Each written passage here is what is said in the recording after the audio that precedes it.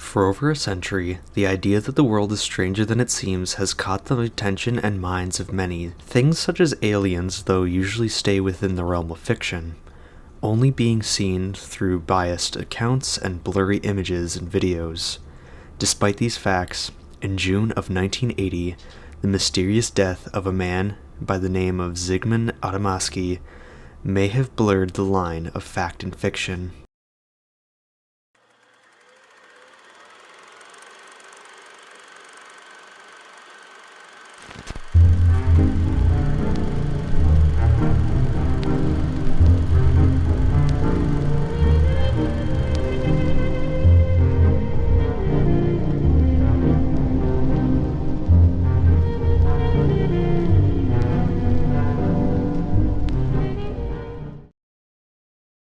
Zygmunt Adamski was a native Polish man born in August of 1923. By 1960, when Zygmunt was 37, he and his wife decided to move to the UK, specifically Tingley in West Yorkshire.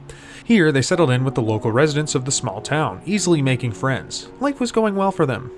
Until one fateful day when Zygmunt unexpectedly went missing. June 6th of 1980 started like any other day within the village of Tingley. Zygmunt left his home during the afternoon to make his mile-long walk to his local grocery store. On his way, he chatted with his neighbors and was generally reported to be in good spirits. Unlike any other day, as he left his neighborhood on that sunny summer, it would be the last time his friends and family would see him alive. For almost an entire week, Zygmunt had entirely disappeared without a trace, to the worry of his wife and friends. Suddenly, on the 11th of the same month, in a coal mine within Tadmorden, Zygmunt's body was found. Tadmorden was located 20 miles away from his hometown. His body was found in the afternoon by the coal plant's owner's son, Trevor Parker, as he was preparing the afternoon plant shift. Strangely, Zygmunt's body was discovered on top of a coal pile that nearly reached 12 feet, or 3.6 meters high. Parker immediately called the police after his discovery and was quickly questioned about the situation. Parker explained that he'd last been in the coal plant earlier that day in the late morning. The body was, at the very least, not discovered by him at the time. Making this case even stranger, Trevor Parker added that he'd been the last person to leave the coal mine at 11 a.m. that day, locking the gate behind him without anyone else being left behind. That would mean that there was a roughly 5-hour gap in time in which Zygmunt's body would have been dropped off on top of the coal pile where he was found. When paramedics arrived, they at first attributed his death to being cardiac arrest. This was quickly dismissed when more clues surfaced, which began to lead on to foul play. Most infamous detail of all to his death, paramedics discovered that Zygmunt had second-degree burn marks on the back of his neck and shoulders. The burns were covered in, quote, gel-like substances, unquote, which made them assume that someone tried to treat the burns, most likely while he was still alive. As well as this, his clothing looked haphazardly put on, as if someone tried to dress him while he was either unconscious or already dead. With these details and others, it was becoming even less likely that he had died of natural causes. Zygmunt's wife later reported that the shirt he had on when his body was found was different to the one he wore the day he went missing. His wallet and watch were missing too, which led even more to the possible murder. Strangely though, the clothes he wore were clean, ruling out that he'd been lost in the wilderness or anything like that. To add, his skin was clean as if he'd showered not long before he was found, and despite being lost for 5 days, it looked like he'd shaved his face only a day earlier. Lastly, and to top off the list of strange things, there was no evidence of footprints on or around the coal pile he was found on, other than the ones made by paramedics and police. Alan Godfrey, the police constable who first investigated the case, would explain that Zygmunt's body looked like he was afraid from what is a mystery. The coroner that would later look at the body agreed with the statement, explaining that, unfortunately, Zygmunt most likely was scared at the time he died. Disturbing. During the autopsy, it was concluded that Zygmunt most likely died the same day he was found, and sometime between 11 a.m. to 1 p.m. He was also eating well the days before his death. The earlier mentioned burn marks were suspected to have been made at the very latest 2 days before his reappearance. Strangely, the gel on his burns couldn't be identified, and nowhere in those 5 days was it reported that he went to the hospital for his burns. Overall, authorities were stumped on how or why Zygmunt died. Zygmunt Adamaski was a kind and liked man in his town. He was never reported to have had any problems at home or any mental illnesses that could have compelled him to run. In fact, Zigmund was even looking forward to a wedding that was coming up before he disappeared. With all these factors, this death was a complete mystery that had everyone confused and speculating.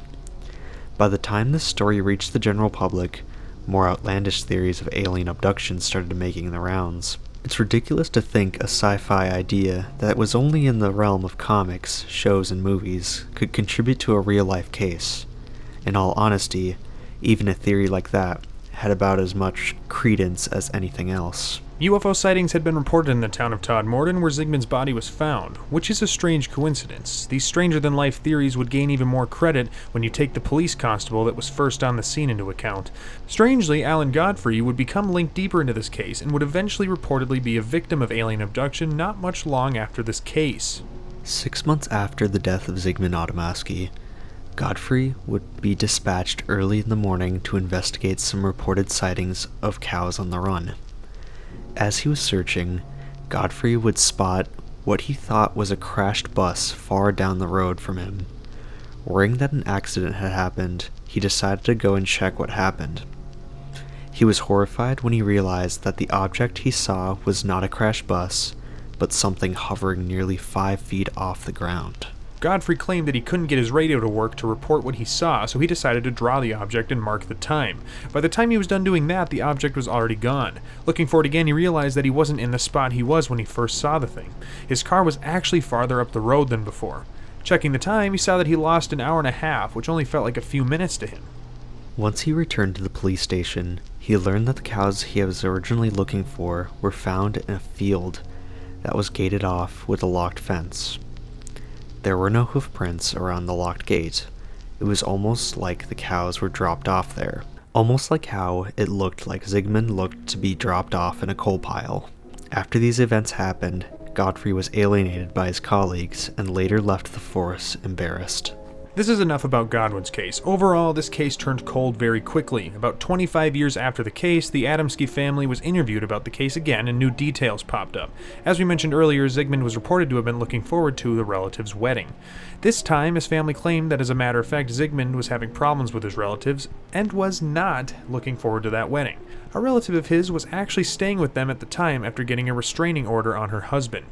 With this new information available, some have theorized that it's possible that the husband that he and his wife had been letting the wife of stay had actually kidnapped and murdered Zigmund. It's a more realistic theory overall, but not without its pitfalls. Questions like why him in particular? How was the body dumped without anyone noticing or without any left behind evidence? Of course, this theory would generally make more sense than the ulterior theory of alien abduction. To this day, alien enthusiasts use this case as strong evidence of aliens in our world. In truth, it's very far-fetched for something with very little real evidence on its own to prove this already strange case. The theory of foul play from a former in-law, even if it is much darker, is more likely. At the end of the day, no matter the reason why Zigmund Adamaski died, it is still a cold case that goes down as one of the strangest ones in history. A case that more likely than not will stay a mystery forever to be debated. Stay curious. Join us again next time when we once again go obscure.